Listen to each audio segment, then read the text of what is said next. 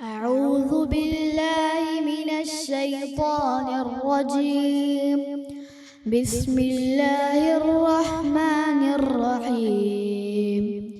إن أول بيت وضع للناس للذي ببكة مباركا وهدى للعالمين.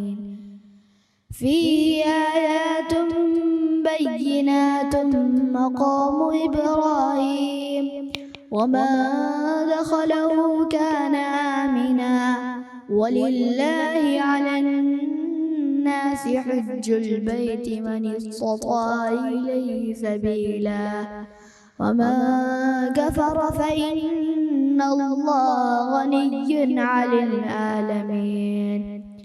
قل يا أهل الكتاب لم تكفرون بآيات الله والله شهيد على ما تعملون. قل يا أهل الكتاب لم تصدون عن سبيل الله من آمن تبغونها عوجا وأنتم شهداء وما الله بغافل عما تعملون. يا أيها الذين آمنوا إن تطيعوا فريقا من الذين أوتوا الكتاب يردوكم بعد إيمانكم كافرين. جزاك الله خير. اللہ وحدہ والصلاۃ والسلام علی من لا نبی بعدہ وعلی آلہ وصحبہ اجمعین. فاعوذ باللہ من الشیطان الرجیم. بسم اللہ الرحمن الرحیم. رب اشرح لی صدری ویسر لی امری واحلل عقدۃ من لسانی یفقہوا قولی. سب سے پہلے تمام تعریفیں اللہ کے لیے، تمام عالم کے رب ہے. تمام درود و سلام نبی اکرم محمد صلی اللہ علیہ وسلم کے اوپر جن کو اللہ نے تمام کائنات کے لیے رحمت للعالمین بنا کر بھیجایا. آج کے جو تقریر کا جو موضوع ہے وہ ہے ابراہیم علیہ السلام اور حج کا پیغام. اگر ہم قرآن پڑھیں گے تو اللہ سبحانہ تعالیٰ تقریباً 25 انبیاء کا نام اللہ نے قرآن میں جو بتلایا ہے، اور پھر یہ ریزن بھی اللہ نے بتلایا ہے کہ یہ نام جو ہے ڈالنے کا قرآن میں مقصد کیا ہے. اللہ نے ان انبیاء کے بارے میں ڈیٹیل میں ہم کو الگ الگ جگہوں پر ان کے واقعات ان کے بارے میں بتلایا، یا پھر کہیں نہ کہیں ہم کو ہنٹس دیے ہیں کہ ان انبیاء کے تعلق سے، تاکہ ہم اور آپ کی زندگی میں بہت سارے ایسے جو ہے لمحات آتے ہیں، بہت سارے ایسے جو ہے چیزیں آتی ہیں جہاں پر ہم اور آپ ان انبیاء کے ساتھ واقعے کے ساتھ کوریلیٹ کریں. تو اللہ سبحانہ تعالیٰ ہم کو قرآن میں سورہ یوسف کی اگر آخری آیت پڑھیں گے، آیت نمبر 111، اللہ سبحانہ تعالیٰ فرماتے ہیں لَقَدْ كَانَ لَكُمْ قِصَاصِهِمْ عِبْرَةٌ لِأُولِي الْأَلْبَابِ. اللہ سبحانہ تعالیٰ ہم کو ریزن بتلا رہے کہ تمام انبیاء کے واقعات اس واسطے اللہ ہم کو بتلا رہے ہیں تاکہ آپ کی ہماری زندگی میں ان کی زندگی سے کچھ ہم کو سبق لینا ہے اور ہم کو اپلائی کرنا ہے اپنی لائف میں بھی. اللہ نے اس واسطے ان تمام انبیاء کے واقعات کو ہم کو بتلایا. اگر ہم قرآن پڑھیں گے، سورہ احزاب کی آیت نمبر 7 پڑھیں گے تو اللہ سبحانہ تعالیٰ ہم کو قرآن میں فرما رہے ہیں کہ 5 اولو العزم پیغمبر ہیں. جیسا کہ اللہ سبحانہ تعالیٰ نام کے ساتھ ہم کو اس آیت میں بتلا رہے ہیں.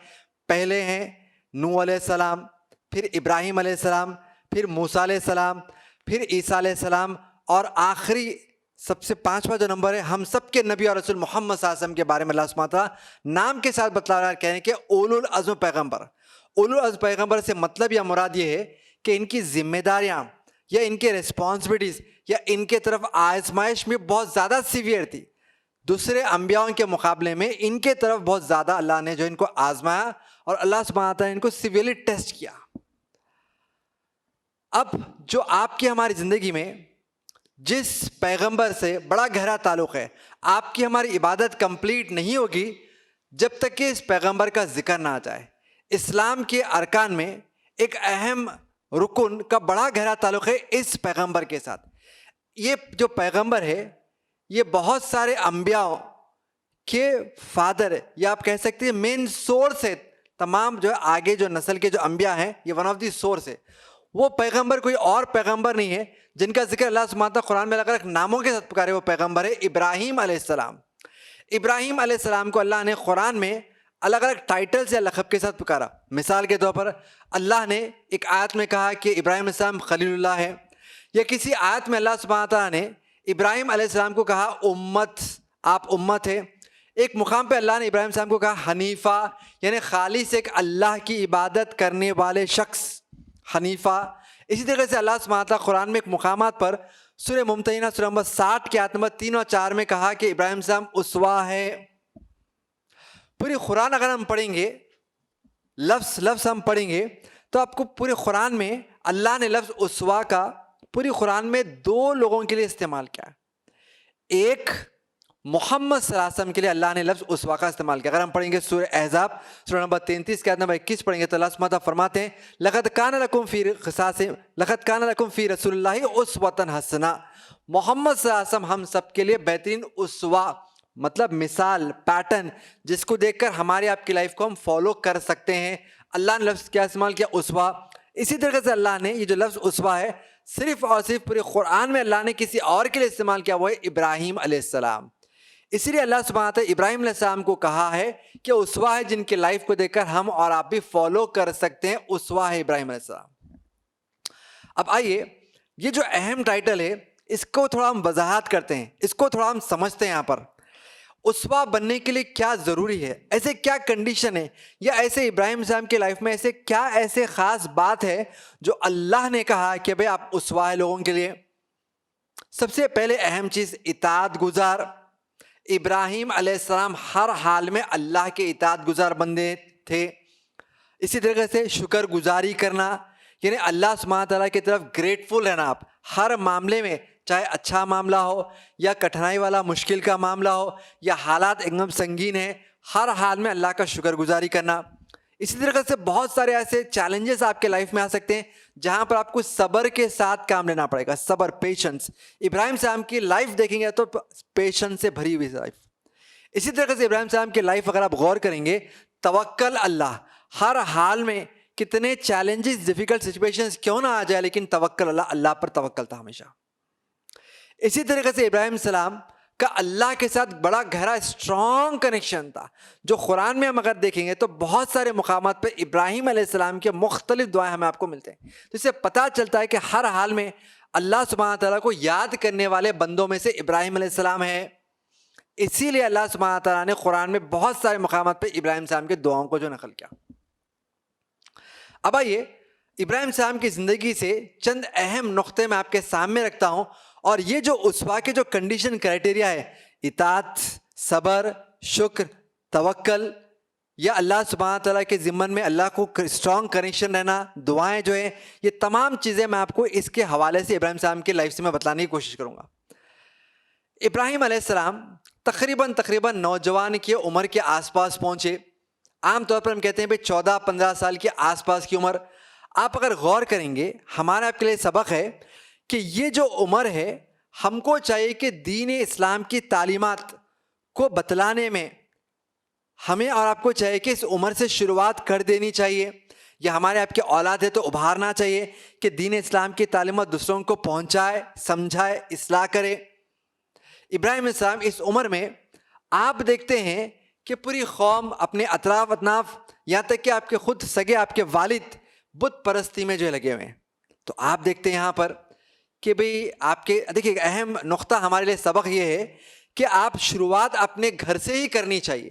ہو سکتا ہے کہ گھر کے کوئی خاص ممبر یا افراد ایسے ہوں گے جو ہو سکتا ہے کہ بھئی ایک اللہ کی عبادت جو ہے نہیں کرتے ہوں گے, یا عبادت کرتے ہیں تو بہت لمیٹڈ کرتے ہوں گے, یا پھر اس طرح کے کوئی غلط کام میں ہوں گے, یا شرک میں ہوں گے, بدعات میں ہوں گے. تو ہم کو چاہیے کہ اصلاح کی شروعات یا دعویٰ کی شروعات بھی گھر سے ہم جو ہے شروعات کریں. جیسا کہ ابراہیم علیہ السلام کی ساری زندگی ہم غور کریں گے, قرآن کے جو ہم پڑھیں گے, ترجمہ سمجھیں گے, تو ابراہیم السلام کی لائف میں اب یاد رکھنا, تو ایک تو آپ جب دین کا کام جب کرنے کے بعد سامنے سے جو ریسپانس آتا ہے, وہ ریسپانس 1 آف دی 3 جو ہے آپ کو ریسپانس ملتا ہے. بولیں گے کیا ریسپانس تھا؟ پہلے یہ کہ اسٹریٹ فارورڈ سامنے والا آپ کو یہ کہہ دے گا کہ بھئی یہ بات مت کرو میرے سے, یا یہ بات مجھے جو آپ جو بات کریں مجھے نہیں سننا ہے, بھائی please don't say any thing in front of me. پہلا ریسپانس. دوسرا ریسپانس یہ کہ بھئی وہ ہو سکتا ہے کہ آپ کے ساتھ بدکلامی کرے, بدتمیزی کرے, آپ کو ڈانٹ ڈھمکے, جھڑکے وغیرہ, یہ ریسپانس آ سکتا ہے عام طور پر. تھرڈ جو آپ کا جو ریسپانس آ سکتا ہے وہ سب سے سیویئر یا لاسٹ کنڈیشن ہو سکتا ہے کہ ابھی آپ کو مارنے کی دھمکی، مارنے کی سازش، یہ لاسٹ رسپانس آتا ہے جب کسی سامنے والے کی اصلاح کریں گے یا اس کو آپ سمجھائیں گے دین کے بارے میں، اللہ کے بارے میں، تو رسپانس آئے گا کہ بھئی یہ بات مت بولو یا پھر میں آپ کو مار دوں گا جان سے۔ اب ابراہیم صاحب کی زندگی سے دیکھیے آپ، یہ جو حالات تھے ابراہیم صاحب کے لائف میں، آپ نے جب دین کی بات کری تو رسپانس کیا ہم سمجھنے کی کوشش کریں گے، تاکہ ہو سکتا ہے کہ ہمارے آپ کی لائف میں ایسے حالات آ سکتے ہیں۔ تو ابراہیم صاحب اپنے والد کو ایک موقع پہ سمجھا رہے ہیں کہ اے والد، اے میرے ابا جان، آپ کس چیز کی عبادت کریں؟ ایسے چیزوں کی عبادت جو نہ کہ سن سکتے ہیں، نہ دیکھ سکتے ہیں، نہ بول سکتے ہیں، پھر ان کی عبادت کریں آپ۔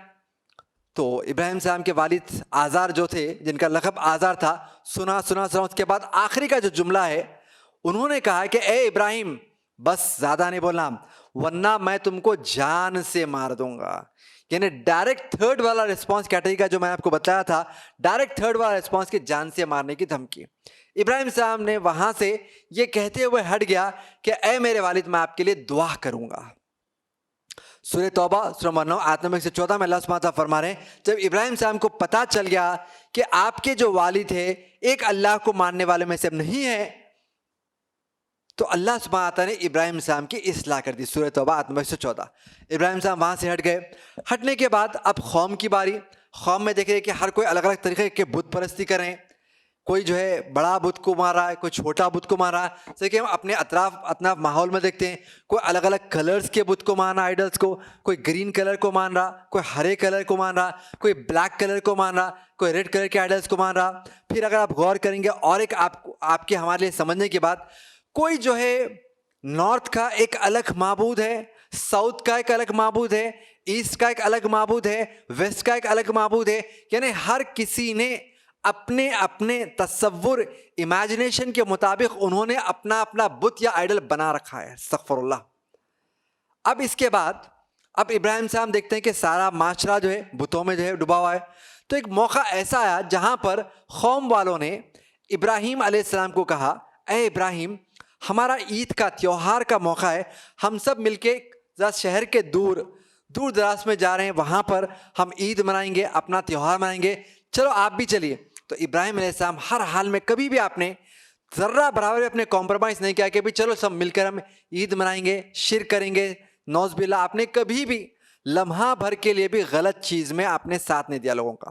آپ نے کہا کہ میری طبیعت ٹھیک نہیں ہے، تم لوگ جاؤ اور جا کر کر لو جو بھی کرنا ہے، میں نہیں آنے والا۔ ابراہیم السلام نے وضاحت کے ساتھ بتلا دیا۔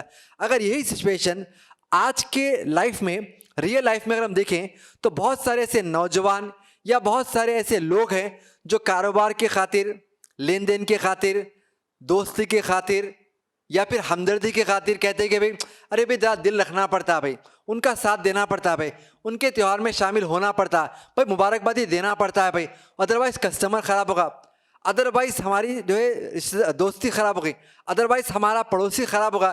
یہ ریزن کہتے ہیں ابراہیم صاحب کی لائف میں اگر ہم غور و فکر کریں گے، آپ نے کہا میں آپ کا ساتھ نہیں دے سکتا۔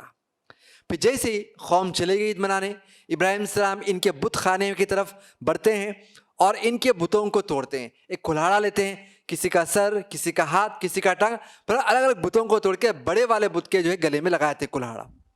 قوم واپس آتی ہے دوبارہ۔ جب قوم دیکھتی ہیں کہ اپنے جو اس عبادت کی جگہ کا پورا جو ہے بت ٹوٹے ہوئے ہیں، کوئی کسی کا ہاتھ ٹوٹا ہوا، کسی کا پاؤں ٹوٹا ہوا، کسی کا سر ٹوٹا ہوا، تو آپ نے جو ہے آپس میں دیکھا آج دوسرے کو اور کہا کہ بھئی کس نے کیا یہ، ہمارے بتوں کا ایسا حال کس نے کیا؟ اور ان میں سے کسی نے کہا کہ ہم نے ایک نوجوان کو بھلا برا کہتے ہوئے سنا ہے، ہو سکتا ہے کہ اس نے کہا اس کو بلاؤ، یعنی ابراہیم صاحب کو بلانے کے لیے کہا گیا۔ جیسے ابراہیم صاحب وہاں پر پہنچے، ابراہیم صاحب سے انہوں نے پوچھا کہ ابراہیم کیا تم نے کیا ہے حال؟ ابراہیم صاحب نے کہا سوال آپ کر سکتے ہیں تاکہ سامنے والے کا ذہن کھولے آپ۔ تو کہا کہ یہ جو بڑا بت ہے جس کے گلے میں آپ دیکھ رہے ہیں کلہاڑا، اس سے کیوں نہیں پوچھتے آپ؟ تو قوم آپس میں ایک دوسرے کو دیکھنے لگی، کیونکہ ان کو پتا تھا کہ بت بات نہیں کر سکتے، رسپانس جواب نہیں دے سکتے۔ تب ابراہیم صاحب نے ان کے بات کو جو ہے پکڑ لیا اور کہا کہ جب تم جانتے ہو کہ آئیڈلز یا بت نہ بول سکتے ہیں، نہ سون سکتے ہیں، نہ کچھ سن سکتے، نہ ہمارے آپ کے ڈیزائر یا مراد کو پوری نہیں کر سکتے، پھر تم ان چیزوں کی عبادت کیوں کرتے ہو؟ آپ اور ہم غور کریں گے، سورہ حج سورہ نمبر 22 کی آیت نمبر 73 ہم پڑھیں گے تو اللہ سبحانہ تعالیٰ بڑی پیاری مثال دے کے سمجھا رہے. یہ مثال ہم اور آپ بھی ایک بت پرست آئیڈل ورشپر کے سامنے ہم بول سکتے ہیں. آسان مثال ہے جس میں اللہ سبحانہ تعالیٰ فرما رہے ہیں یہ جو بت ہے, جو لوگ جس کی عبادت کرتے ہیں, ان بتوں کے سامنے جب یہ کھانا وغیرہ چڑھاتے ہیں اور پھر مکھی آ کر ان کھانے کے اوپر سے کھانا اٹھا کر لے جائے, یہ بت اتنے کمزور ہے کہ ان کے کھانے کو چھڑا کر واپس بھی نہیں لا سکتے. ایسے بتوں کی لوگ عبادت کریں جبکہ اتنے یہ کمزور ہیں. تو ابراہیم صاحب یہی سمجھا رہے کہ اتنے کمزور بت ہے اور ان کی عبادت تم کریں.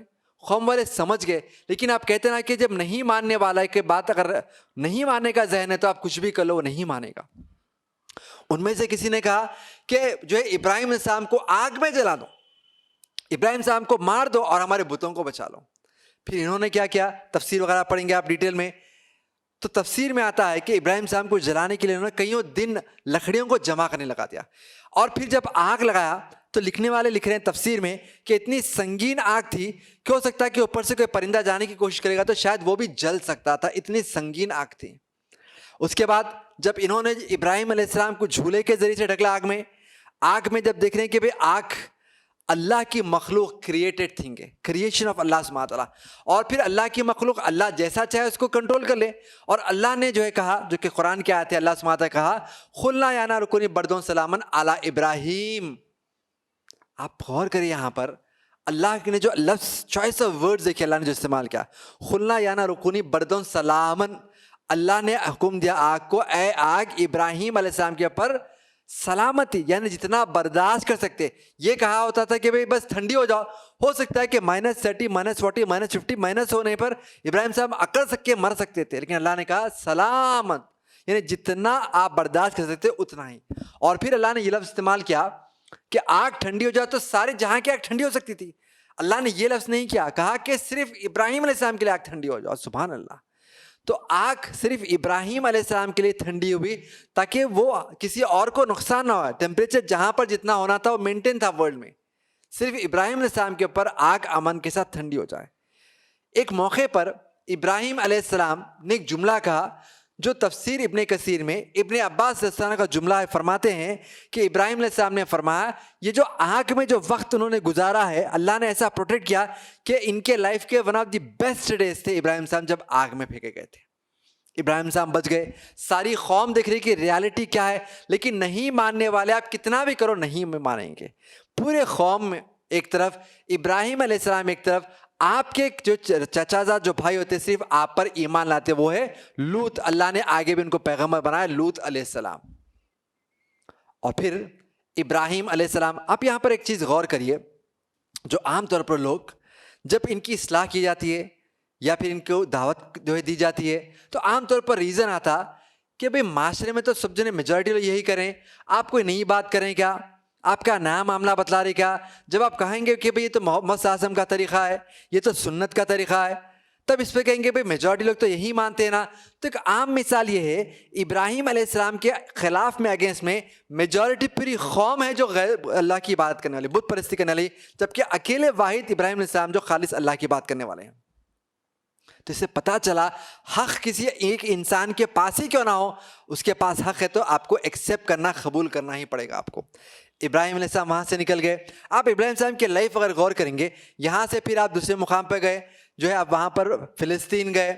پھر ایک مقام پر آپ اللہ نے کہا کہ بھئی یہاں سے کوئی اور مقام پہ جانا ہے, سیریا چلے گئے, مصر چلے گئے, اور چلے گئے, ہاران چلے گئے. پھر اللہ نے ایک مقام پہ کہا کہ مکہ چلے جاؤ. آپ غور کریے اللہ سبحانہ تعالیٰ جب کبھی ابراہیم السلام کو حکم دیا کہ فلاں مقام پہ جائے تو اللہ سبحانہ تعالیٰ کی یہ اطاعت گزار بندوں میں سے تھے کہ اللہ سبحانہ تعالیٰ کی بات فوری ماننے والوں میں سے تھے. آپ نے یہی نہیں کہا کہ اللہ سبحانہ تعالیٰ بار بار مجھے اتنی جگہوں پہ کیوں پھرا رہے آپ.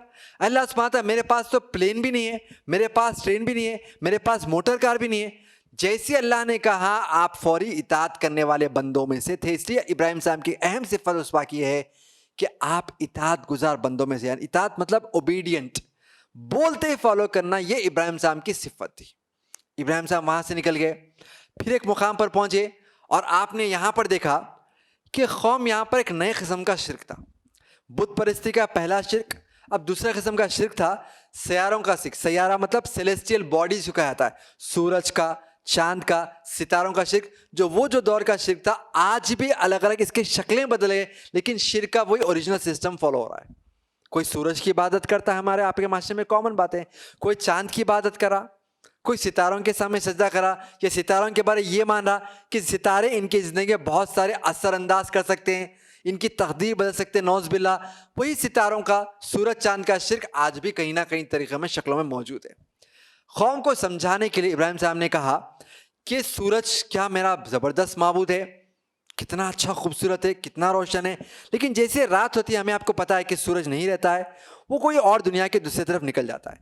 تو آپ نے رات میں قوم کے سامنے جملہ کہا, یہ کیسا معبود ہے, دن میں ہوتا ہے رات میں کہاں جاتا ہے, اگر مجھے رات میں ضرورت پڑی تو میں کس کے سامنے اپنی جو ہے فریاد کروں, یہ کیسا معبود ہے, سمجھانے کے لیے کہا. پھر جیسے جو ہے آپ نے رات میں کہا کہ ٹھیک ہے چاند میرا معبود ہے, جیسی صبح ہوئی چاند جو ہے صبح نہیں دکھتا ہے, کہا کہ کیسا معبود ہے, مجھے اگر صبح ضرورت پڑی تو میں کس کو پکاروں, کس کو یاد کروں. تو اس طریقے سے قوم کو سمجھانے کے لیے آپ نے سوالات کرے. ہمارے آپ کے اس میں سبق کیا ہے کہ جب کبھی ہمیں اور آپ کو سمجھانا ہے سامنے والے کو, تو کچھ ہم کوشچن, کچھ اس کے ذہن میں ایسے سوالات ہم پیدا کریں کہ سامنے والے کا ذہن جو ہے کھلا شروع کرے, سامنے والے کی سوچ شروع کہ ہاں بھائی واقعی بھائی بچپنے سے میں کر رہا ہوں لیکن ایسا کیوں کر رہا ہوں.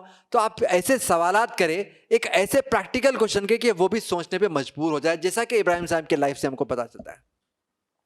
اسی طریقے سے ابراہیم علیہ السلام کی اب عمر کافی ہو گئی تھی, اب ابراہیم صاحب کو اولاد نہیں تھی. اس کے بعد ابراہیم صاحب کا جو نکاح سارہ علیہ السلام سے ہونے کے بعد حاجر علیہ السلام کے ساتھ ہوا. اب اللہ کی ایسی حکمت تھی کہ اللہ نے دوسرے اولاد جو ہے, جو پہلی اولاد جو ہے دوسرے جو ہے ازواج سے ہوئی, یعنی حاجر علیہ السلام سے ابراہیم صاحب کو پہلی اولاد ہوئی جس کا نام تھا اسماعیل علیہ السلام. اب اسماعیل علیہ السلام کو اللہ سبحانہ تعالیٰ نے حکم دیا کہ حاجر علیہ السلام اسماعیل علیہ السلام کو مکے کی وادی میں چھوڑ دو. اب ہمارے لیے اس واقعے سے کیا کیا سبق ہو سکتے ہیں, غور کریے آپ.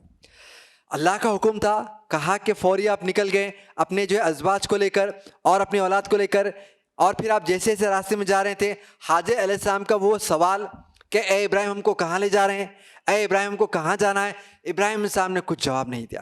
یہاں تک کہ مکے کے ویران وادیوں میں ابراہیم علیہ السلام اپنے بیوی اور بیٹے کے ساتھ پہنچ گئے. وہ بیٹا جو ابھی گود کی حالت کا ہی ہے. آپ جیسے چھوڑ کر جا رہے تھے ابراہیم علیہ السلام سے ایک آخری سوال کرا آپ حاجر علیہ السلام نے, کیا اللہ نے آپ کو کہا ہے؟ ابراہیم صاحب نے پلٹتے ہوئے کہا کہ ہاں اللہ کا حکم تھا اس لیے میں نے آپ کو چھوڑا. تب ابراہیم علیہ السلام کے ازواج حاجر علیہ السلام کا جملہ سنیے, اور آج کے خواتین کو چاہیے کہ جملے کو سنبھال کر اٹھا کر عمل میں لے کے آئے. کہا حاجر علیہ السلام سے تب تو اللہ ہی ہمارے لیے کافی ہے, تب تو ٹھیک ہے آپ جائیے. اللہ اکبر, کیسا ٹرسٹ, کیا توکل ہے اس خاتون کا. ویران حالت ہے, کوئی نہیں ہے, کھانے پینے کا ساز و سامان نہیں ہے, لیکن توکل اللہ, بس ایک چیز ساتھ ہے, توکل اللہ. کہا کہ اللہ ہی ہمارے لیے کافی ہے. اب اس کے بعد اگر ہم غور کریں گے, یہاں پر کچھ نہیں ہونے کے بعد بھی کوئی کمپلین نہیں ہے, جیسا کہ آج کے ہمارے آپ کے حالات میں اتنے سارے جو ہے ساز و سامان ہونے کے بعد بھی بہت سارے مرتبہ کمپلینس آتے ہیں, بیوی کے طرف سے, اولاد کی طرف سے, بچوں کی طرف سے, بھائی بہن کی طرف سے. اتنا سامان ہونے کے بعد بھی ہم کو یہ نہیں ملا, ہمارے پاس کھانے کو یہ نہیں ہے, یہ ٹائم پہ یہ کھانا کیوں نہیں دیے, یا بچے تو کہتے ہیں یہ ٹفن کیوں دیے, ایسا سالن بناؤ, یہ کھانا بناؤ, گوشت نہیں تھا اس میں, ہڈی نہیں تھی اس میں, فلاں نہیں تھا.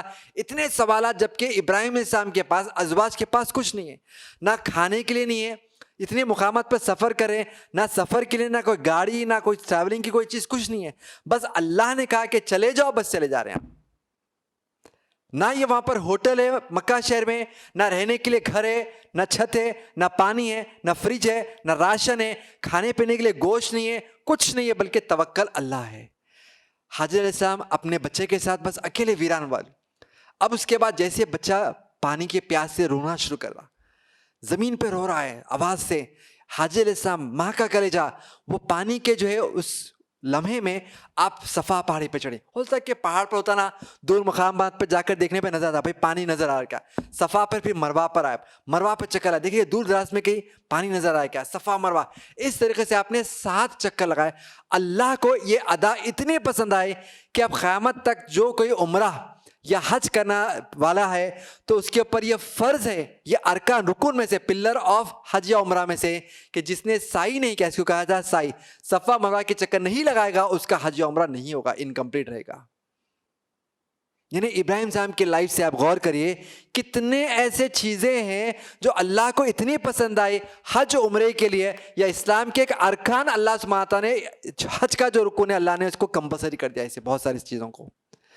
اب یہاں پر بچہ جو ہے رو رہا تھا پانی کی پیاس سے, وہاں پر جیسے حاضر السلام 7 چکر لگانے کے بعد دیکھتی ہیں کہ ایک فرشتہ اللہ کی طرف سے آیا ہے. صحیح مسلم کی حدیث نبی صلی اللہ علیہ وسلم فرماتے ہیں جبریل امین آتے ہیں اور آپ زمین سے جو ہے مٹی نکالتے, زمزم کا پانی نکلتا ہے. جیسے پانی نکل رہا تھا حاضر السلام آئی, پانی خود بھی پیا, بچے کو بھی پلایا, اور جو پانی بہہ رہا تھا آپ نے آواز سے مارتے ہوئے پانی کو روکا, کہا زم زم. محمد صلی اللہ علیہ وسلم نے فرمایا اللہ رحم کرے حاضر السلام کے اوپر, اگر وہ پانی کو نہیں روکتی تھی تو سارا مکہ شہر میں زمزم کا پانی بہتا تھا. اس کے بعد اسی حدیث میں آتا ہے وہاں پر ایک قبیلہ گزر رہا تھا, انہوں نے پرندوں کو دیکھا کہ پرندے عام طور پر پانی کے اطراف پانی کی پیاس بجھانے آتے ہیں. وہ جو لوگ جا رہے تھے قبیلے والے, خزرج نام کا جو ہے قبیلہ تھا, انہوں نے دیکھا کہ پرندے وہاں پر موجود, مطلب کہ کچھ نہ کچھ زندگی ہے, پانی ہے, اور وہاں پر پہنچے, حاضر علیہ السلام سے پرمیشن لیا اور وہاں پر سیٹل ڈاؤن یعنی کہ رہنے کی شروعات کرے. اس طریقے سے وہاں پر مکہ شہر اب آباد ہونا شروع ہوا. آج ہم دیکھتے ہیں کہ مکہ شہر میں لاکھوں کے لوگ ہیں, شروعات حاضر علیہ السلام اسماعیل علیہ السلام کے ذریعے سے شروعات ہوئی مکہ شہر کی. اب اس کے بعد ایک دور پر, ایک وقت پہ ابراہیم صاحب وقتاً اپنے جو ہے ازواج سے اور اولاد سے ملنے کے لیے آتے تھے, اور ایک وقت پر ایسا کچھ ہوا. اگر ہم پڑھیں گے سورہ صفات سورہ نمبر 37 کے آیت نمبر 100 سے لے کر 106 پڑھیں گے آپ, تو یہاں پر ابراہیم علیہ السلام کے خواب کا تذکرہ ہے. ابراہیم علیہ السلام کو اللہ نے خواب دکھایا, اور خواب میں آپ کیا دیکھتے ہیں کہ اپنے اولاد اسماعیل علیہ السلام کو ذبح کر رہے ہیں. ایک دن دیکھا, 2 دن دیکھنا, 3 دن دیکھا. ایک عام طور پر سوال آ سکتا ہے کہ بھئی یہ تو خواب ہے نا, بھئی خواب صحیح بھی ہوتا, جھوٹ بھی ہو سکتا, خواب شیاطین کی طرف سے بھی آ سکتا ہے. لیکن یاد رکھنا آپ کا خواب, ہمارا خواب اور انبیاء کے خواب میں فرق ہے. سورہ شعراء نمبر 42 کے آیت نمبر 41-41 پڑھیں گے تو اللہ سبحانہ تعالیٰ کہتے ہیں کہ خواب بھی اللہ کی طرف سے وحی کی ایک شکل ہے. تو اللہ سبحانہ تعالیٰ کے جو پیغمبر تھے, اللہ سبحانہ تعالیٰ نے خواب کے ذریعے سے وحی کا کہا کہ اپنی اولاد اسماعیل علیہ السلام کو ذبح کر دو. اللہ کی اطاعت ہر حال میں آپ غور کریے, کیسے اطاعت گزار بندے ہیں. ہر حال میں یہ نہیں سوچا کہ اولاد اتنے سال کے بعد ہوئی, یہ اولاد اگر ذبح ہو جائے, ختم ہو جائے تو کون ہے میرے ضعیفی میں ہیلپ کرنے والا, مدد کرنے والا, آگے بڑھانے والا, خاندان کو کہیں نہیں سوچا. آپ نے کہا کہ اللہ نے کہا, اطاعت کرنے تیار ہو گئے. پھر وہ اولاد کی جملہ دیکھیے آپ, جب کہا اولاد سے, اسماعیل علیہ السلام سے جو چلنے پھرنے کی عمر کو پہنچ گئے تھے, کہا کہ اے بیٹے اسماعیل علیہ السلام, اللہ کی طرف سے اشارہ خواب ہے اور کہا گیا کہ آپ کو ذبح کر دو, آپ کا کیا کہنا ہے؟ اسماعیل علیہ السلام بھی آگے جا کر پیغمبر بنا لے تھے. آپ نے کہا کہ اے ابا جان, جو اللہ نے وہی کہا اور کہا آپ سے, آپ کر گزریے, میں اطاعت گزار بندوں میں سے رہوں گا. سبحان اللہ, کیا جملہ ہے دیکھیے. وہ اولاد, آج کی اولاد, وہ اولاد جو اطاعت گزار بندوں میں سے, کہا کہ فوری اطاعت کریے, اللہ کی بات ہے, بس ضرور آپ تیار ہو, میں تیار ہوں رہ کر قربانی کے لیے. اور آج کی اولاد اگر ذرا بھی آپ کوئی چیز کہتے ہیں کہ بیٹا یہ کرنا ہے, بیٹا میرے ساتھ چلنا ہے, بیٹا کام کرنا ہے, یا تو جھٹکے سے کہیں گے ٹھیک ہے صبر کرو, یہ کہیں گے بھائی کیا مجھے بار بار پکار رہے بھائی, آپ کیا تو بھی آپ کو کام نہیں ہے کیا کچھ, میرے کو بول رہے آپ بار بار یہی کام کرو بولے. آج کی اولاد ابراہیم صاحب کی اولاد میں فرق دیکھیے, کتنا بڑا گیپ آ گیا دیکھیے آپ. تو ابراہیم صاحب کی اولاد اسماعیل علیہ السلام اب لے جا رہے ہیں فلاں مقام, فلاں جو ہے وقت آپ لوگوں نے طے کیا, جا رہے ہیں فلاں مقام کے قریب میں. تو راستے میں شیطان نے وسوسے ڈالنا شروع کہا کہ ابراہیم, او ابراہیم کیا ہو رہا ہے, یہ تو خواب ہے نا, خواب رہتا بھائی, کیوں کرے ذبح. ابراہیم السلام جو ہے کنکر آپ نے پھینکا, شیطان کے وسوسے سے بچنے کے لیے اپنے کنکر پھینکا. پھر تھوڑا آگے جاتے ہیں, چلتے پھر شیطان آتا وسوسے ڈالنے, کہ ابراہیم ایک ہی اولاد ہے, جو ہے اگر آپ ذبح کریں گے تو ختم ہو جائے گی. اے ابراہیم کیا ہو رہا, چلو واپس. ابراہیم صاحب پھر کنکر پھینکتے ہیں. پھر تیسری مرتبہ ایسے ہی کچھ جو ہے بات ہوتی ہے, شیطان پھر وسوسے ڈالتا ہے, ابراہیم صاحب پھر کنکر پھینکتے ہیں. اللہ کو یہ ادا اتنی پسند آتی ہے تو ہر حج کرنے والے کے لیے فرض ہے کہ جمرات العقبہ یا جمرات الاولیٰ کے اوپر کنکرے 7 کنکرے پھینکنا کمپلسری ہے. یعنی اللہ کو اتنی ادا پسند ہے کہ ہر حج کرنے والے کے اوپر کمپلسری رکن کو کر دیا ہے. مقام پر پہنچ گئے, ذبح کرنے والے تھے, اللہ کی مخلوق چھری, اللہ نے اس سے جو چھری کو کٹ کرنے کی جو صلاحیت تھی اللہ نے لے لی, اور اللہ نے کہا کہ اے ابراہیم آپ کامیاب ہو گئے. اور اللہ نے جبریل امین کے ذریعے سے ایک دمبے کو بھجایا, شیپ کو, بکرے کو بھجایا, اور ابراہیم السلام نے پھر شیپ کی قربانی کر دی. اور پھر اللہ سبحانہ تعالیٰ کو ادا اتنی پسند آئی کہ بعد والی امتوں کے لیے, خاص طور سے محمد صلی اللہ علیہ وسلم کی امت کے لیے بھی قربانی بعض تک عبادت بنا کے ہر مسلمان کی جس کی استطاعت ہے اس کے اوپر یہ لازم ہے قربانی کرنا. شروعات کس کی طرف سے ہوئی تھی؟ ابراہیم السلام کی طرف سے ہوئی تھی. اب ابراہیم علیہ السلام, اسماعیل علیہ السلام بڑے ہو گئے, گرو ہو گئے. اب اس کے بعد اسماعیل علیہ السلام, ابراہیم السلام کو اللہ نے حکم دیا خانہ کعبہ کی کنسٹرکشن کریے, آپ تعمیل کریے. اللہ کے حکم سے آپ نے خانہ کعبہ کا جو ہے تعمیل کیا. اور پھر وہ جو معجزاتی جو پتھر تھا جو اپنے ہائٹ کے حساب سے, ضرورت کے حساب سے اوپر نیچے ہوتا تھا, اللہ نے ابراہیم السلام کے اس چیز کو بھی مقام ابراہیم کی جگہ پر, جہاں پر ہم اور آپ جو کہ عمرہ یا حج کرتے ہیں, طواف کے بعد یہ ایک سنت ہے کہ اس کے آس پاس میں جو ہے 2 رکعت سنت نماز ادا کرنی چاہیے. یہ بھی ابراہیم علیہ السلام کے اس پتھر کو اللہ نے ایک قیامت تک کے لوگوں کے لیے ایک یاد دہانی کر دی. اب ابراہیم علیہ السلام کی اگر ساری زندگی دیکھیں, توکل اللہ, اور پھر ہر حال میں آپ دیکھنا, غور و فکر کرنا, خالص ایک اللہ سے اسٹرانگ کنیکشن. آئیے چند دعائیں میں آپ کے سامنے ذکر کرتا ہوں جو ابراہیم السلام کے جو ہے زندگی میں جو ہے آپ نے دعا کی. سب سے پہلی دعا, مشہور دعا جو عام طور سے دعاؤں میں یہ الفاظ کو دہرا جاتے ہیں, سورہ بقرہ سورہ نمبر 2 آیت نمبر 201. اللہ سبحانہ تعالیٰ فرماتے ہیں بسم اللہ الرحمن الرحیم, ربنا آتنا فی الدنیا حسنۃ وفی الآخرۃ حسنۃ وقنا عذاب النار. کس کی دعا ہے؟ ابراہیم السلام کی. سورہ صفات سورہ نمبر 37 آیت نمبر 100, ربی حب لی من الصالحین, کہ اللہ سبحانہ تعالیٰ ہم کو نیک اولاد عطا فرما. کس کی دعا؟ ابراہیم علیہ السلام. سورہ ابراہیم سورہ نمبر 14 آیت نمبر 40 اور 41 پڑھیں گے, ربی جعلنی مقیم الصلاۃ ومن ذریتی ربنا تقبل دعا. کس کی دعا؟ ابراہیم صاحب کی دعا. اس طریقے سے قرآن میں بہت سارے اور بھی دعائیں, مشہور دعا جو خانہ کعبہ کی جو ہے کنسٹرکشن کے بعد آپ نے اسماعیل السلام نے دعا کی, جو ہمیں آپ کو بھی عام طور پر نیک عمل کرنے کے بعد اللہ سے دعا کرنی چاہیے, ربنا تقبل منا انک انت السمیع العلیم. اے اللہ ہمارے اس نیک عمل کو قبول کر لے, بے شک آپ سمیع اور علیم بھی ہے. تو اس سے پتہ چلا ابراہیم علیہ السلام کا ہر حال میں اللہ سے اسٹرانگ کنیکشن ہے. ہم بہت سارے ایسے حالات سچویشن آتے ہیں جہاں پر ہر چیز ہم جو ہے اپلائی کر لیتے ہیں, سوچتے ہیں, سمجھتے ہیں, سب سے مشورہ آتے ہیں, آخری میں ہم کو توجہ آتی ہے ارے اللہ سے جو ہے دعا کرنا چاہیے, ارے اللہ سے پوچھنا چاہیے, نعوذ باللہ. آخری میں ہم کو یاد ہے کہ ابراہیم صاحب کی ساری لائف میں ہر حال میں اللہ سے اسٹرانگ کنیکشن ہمیں آپ کو جو ہے دکھتا ہے, قرآن کے آیتوں سے پتہ چلتا ہے. آئیے اب ابراہیم علیہ السلام کی زندگی سے جو اللہ سبحانہ تعالیٰ نے ایک اہم جو رکن اسلام کا پلر جس کو آتا ہے وہ ہے حج.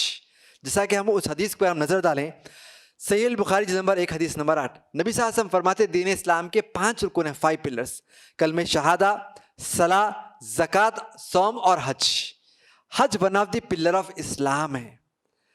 اگر آپ قرآن کی اس آیت کو پڑھیں, سورہ آل عمران سورہ نمبر 3 آیت نمبر 97, جو ابھی قاری صاحب نے جو تلاوت کی کہ للہ علی الناس حج البیت من استطاع, اللہ سبحانہ تعالیٰ نے کنڈیشن رکھی ہے کہ حج اس کے لیے فرض ہے جس کی استطاعت ہے. جیسے کہ مثال کے طور پر دوسرا جو اسلام کا رکن ہے نماز, نماز ہر ایک کے لیے فرض ہے, چاہے بڑا ہو, چھوٹا ہو یا مرد ہو, خواتین, ہر ایک کے لیے دن میں 5 وقت کی نماز پڑھنا فرض ہے. اسی طرح سے رمضان کی وجہ سے سال میں 1 مرتبہ فرض ہے. لیکن یہ جو حج ہے زندگی میں ایک ہی مرتبہ فرض ہے, اور کس کے اوپر؟ جس کی استطاعت ہو. استطاعت سے مطلب کیا مطلب ہے؟ اگر کسی کی استطاعت یہ نہیں ہے, بہت سارا کروڑ پتی ہے لیکن اس کی صحت ساتھ نہیں تھی, یا معذور ہے نہیں جا سکتا, تو اس کی استطاعت نہیں ہے, اس کے اوپر حج فرض نہیں ہے. پھر یا اسی طریقے سے کسی کے پاس اتنا پیسہ نہیں ہے کہ حج کے مقام پر یعنی کہ سعودی عرب کو جا کر حج کر کر واپس آ سکتے, لیکن اس کے پاس اتنا پیسہ نہیں ہے, اس کے اوپر پھر حج کی استطاعت نہیں ہے, پھر حج اس کے اوپر فرض نہیں ہے. اس طریقے سے ایسی کوئی خواتین ہے جس کے پاس محرم نہیں ہے, کوئی شوہر یا پھر جو ہے والد یا بھائی یا بیٹا نہیں ہے جا کر حج کرا سکیں تو اس عورت ہو سکتا ہے کہ ابھی کروڑ پتی ہوں گی، بلینر ہوں گی، بہت سونا ہوگا، لیکن اس کے اوپر کیونکہ محرم نہیں ہے تو اس کے پاس استطاعت نہیں ہے، حج اس خواتین کے اوپر فرض نہیں ہے۔ پھر اب جو حج کرنے کے لیے گیا ہے ان کے چند خصوصیت اور حج کا پیغام میں آپ کے سامنے رکھتا ہوں۔ سب سے پہلی بات تو خوشخبری ان لوگوں کے لیے جو حج پر جاتے ہیں۔ اللہ سبحانہ تعالیٰ فرماتے ہیں کہ نبی صلی اللہ علیہ وسلم کی حدیث ہے، صحیح البخاری حدیث نمبر 1773، نبی صلی اللہ علیہ وسلم فرماتے ہیں ایک عمرے سے دوسرے عمرہ جب انسان کرتا ہے مسلمان تو اس کے گناہ معاف ہوتے ہیں۔ اسی طریقے سے وہ جو حج جس کا حج مبرور ہو جائے، عام طور پہ بہت بڑی غلط فہمی یہ ہے، لوگ سمجھتے جمعے کے دن اگر وہ 10 تاریخ یوم نہر تو اس کا مطلب یہ ہے کہ سارے لوگوں کا حج قبول ہو گیا۔ حدیث میں تو ایسا نہیں بتایا گیا۔ حج مبرور یعنی جس کا حج قبول ہو جائے، کس کا قبول ہوا وہ تو اللہ بہتر جانتا ہے۔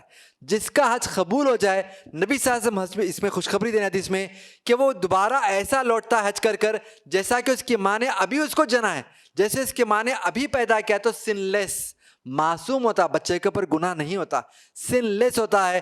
تو حج کر کر واپس جو لوٹنے والا جس کا حج مبرور ہو جائے، قبول ہو جائے، وہ ویسے لوٹتا ہے ایک دم معصوم، اس کا گناہ جو ہے ختم ہو جاتا ہے۔ خوشخبری ان لوگوں کے لیے۔ اب اس سے ہٹ کر اب حج ہم کو آخر پیغام کیا دیتا ہے؟ سب سے پہلا پیغام یہ ہے کہ اتحاد کا، یعنی ایک یونٹی کا۔ یعنی آپ غور کریے، ہو سکتا ہے کہ الگ الگ مقامات سے الگ الگ لوگ آئے ہوں گے، کوئی جو ہے بہت پیسے والا آیا ہوگا، کوئی ہو سکتا ہے کہ بادشاہ آیا ہوگا کوئی مقام کا، کوئی ہو سکتا ہے کہ سی ایم آیا ہوگا، پی ایم آیا ہوگا، منسٹر ہوگا، بہت ایک دم رائل خاندان کا کوئی آیا ہوگا، ایسے بہت سارے، لیکن ساتھ میں کوئی غریب بھی آیا ہوگا، کوئی عام انسان آیا ہوگا، لیکن ہر کوئی اللہ کے خاطر وہی 2 کپڑوں میں چل رہا ہے، جو ہے ساتھ چل رہا ہے، شولڈر ٹو شولڈر چل رہا ہے، قدم ملا کر چل رہا ہے، اور وہی کلمات کو دہرائے کہ جو اللہ کے رسول صلی اللہ علیہ وسلم سے محمد صلی اللہ علیہ وسلم نے بتلایا ہے۔ یعنی پتہ چلا گورا ہو، کالا ہو، عرب کا ہو، عجم کا ہو، امیر ہو، غریب ہو، بادشاہ ہو، عام انسان ہو، مرد ہو، عورت ہو، تمام کے تمام اتحاد، unity for the sake of Allah جمع ہو حج کے خاطر۔ اسی طریقے سے حج ہم کو یاد دلاتا ہے کہ قیامت کے دن تمام انسان میدان محشر میں ایسے ہی ٹھہرنے والے ہیں، چاہے گورا ہو، چاہے کالا ہو، چاہے خوب کروڑپتی ہو، چاہے خوب مالدار ہو، وہ خاتون جو بہت سونا ہو جس کے پاس، وہ جو بہت جو ہے عیش و آرام میں ہو، تمام کے تمام انسانوں کو میدان محشر میں ایسے ہی جمع ہونا ہے اللہ کے لیے، اللہ کی خاطر، یا پھر جو ہے حساب کتاب کے لیے جو جمع ہونا ہے قیامت کے دن۔ تو اس سے پتہ چلا کہ حج ہم کو یاد دلاتا ہے میدان محشر کی قیامت کی یاد۔ اسی طریقے سے ایک اہم وہاں پر خاص طور سے 9 ذی الحجہ جس کو کہا جاتا ہے عام طور پر یوم عرفہ کا دن، اس دن تمام لوگ حج کے میدان میں جمع ہوئے ہیں۔ صحیح مسلم کی وہ حدیث نمبر 1438، اللہ کے رسول محمد صلی اللہ علیہ وسلم فرماتے ہیں کہ اللہ سبحانہ تعالیٰ فرشتوں کے سامنے فخر سے ان لوگوں کے بارے میں جو کہاں ہیں، میدان جو ہے یوم عرفہ کے میدان میں ٹھہرے ہیں، فرشتوں کے سامنے اللہ فخر سے کہتا ہے کہ یہ جو انسان ہیں، یہ جو لوگ ہیں، میں ان کو جو ہے تمام لوگوں کے گناہوں کو معاف کرتا ہوں۔ لوگ یہاں پر کس سوال کے لیے ٹھہرے ہوئے؟ گناہوں کے لیے، معافی کے لیے طلب کریں، میں تمام لوگوں کو معاف کرتا ہوں۔ نبی صلی اللہ علیہ وسلم فرماتے ہیں یہ ایک ایسا دن ہے جہاں پر لوگ کثیر تعداد میں ان کی گردنوں کو اللہ جہنم سے آزاد کرتا ہے، یعنی بولیں گے 1 شاٹ میں اللہ سبحانہ تعالیٰ کئیوں لوگوں کو، میجورٹی لوگوں کو جہنم سے آزاد کرتے ہیں، جنت میں جو لکھ دیتے ہیں ان کا نام۔ تو اسے پتہ چلا حج میں ون آف دی میجر جو ڈے ہے وہ ہے ذی الحجہ کا دن، جہاں پر اللہ سبحانہ تعالیٰ کثیر تعداد میں لوگوں کو جو معاف کرتے ہیں، اور یہی دن ہے جہاں پر اللہ سبحانہ تعالیٰ خوشخبری دے مسلمانوں کے واسطے۔ اگر آپ پڑھیں گے سورہ توبہ سورہ 5 کی آیت نمبر 3 میں، الیوم اکملت لکم دینکم واتممت علیکم نعمتی رضیت لکم الاسلام دینا، آج کے دن، اس دن سے مراد نبی صلی اللہ علیہ وسلم 9 ذی الحجہ یوم عرفہ کے میدان میں ٹھہرے ہوئے ہیں، اور اللہ کنفرم کریں یہ آیت کو نازل کر کر کہ ہم آج کے دن دین اسلام کے تعلیمات کو مکمل کر رہے ہیں۔ تو اس سے پتہ چلا کہ یہ جو عرفہ کا وہی میدان ہے جہاں پر تمام انسانوں کو، مسلمان کو خوشخبری ملی کہ دین اسلام کے تعلیمات، احکامات کو اللہ نے مکمل کر دیا۔ تو اب نئے چیزوں کو ڈھونڈنے کی ضرورت نہیں ہے، جو کوئی اللہ اس کے رسول نے ہم کو جو بتلائی ہیں بات، ان تمام باتوں کو سمجھے اور اللہ سبحانہ تعالیٰ کے مطابق، رسول اللہ علیہ وسلم کے مطابق عمل کرنے والے بن جائے۔ آخری میں دعا کرتا ہوں اللہ سبحانہ تعالیٰ سے کہ اللہ سبحانہ تعالیٰ ہمیں آپ کو جو ایام ذی الحجہ کے دن جو آنے والے ہیں، اہم ایام کے دن جس کے بارے میں نبی صلی اللہ علیہ وسلم فرما رہے ہیں صحیح البخاری جلد نمبر 2 حدیث نمبر 969 میں، کہ وہ ایسے دن ہیں کہ سال کے تمام ایام، تمام دنوں میں سب سے افضل دن ہے. جو کوئی بھی نیک عمل کرتا ہے ان دنوں میں، چاہے وہ حج عمرے کا جو ہے نیک عمل ہو، چاہے روزے کا ہو، قربانی کا دن ہو، عید کے دن، یا پھر جو ذکر و اذکار ہے، دعاؤں کا معاملہ، یا پھر قرآن کی تلاوت، یا پھر جو ہے اذکار وغیرہ، یہ تمام کے تمام دوسرے دنوں کے مقابلے میں سب سے زیادہ فضیلت، سب سے زیادہ ریوارڈیبل جو ہے ہم کو آپ کو پتہ چلتے ہیں صحیح البخاری حدیث نمبر 969 کی روشنی میں. میں اللہ سے دعا کرتا ہوں کہ اللہ سبحانہ تعالیٰ ہم کو توفیق دے کہ اس طرح ذی الحجہ کو ہم پائیں، اور ہم نے جو نیک عمل کیا رمضان کے بعد بھی اللہ سبحانہ تعالیٰ اس کو قبول فرما رہے. آمین. وآخر دعوانا الحمد للہ رب العالمین. السلام علیکم ورحمۃ اللہ وبرکاتہ.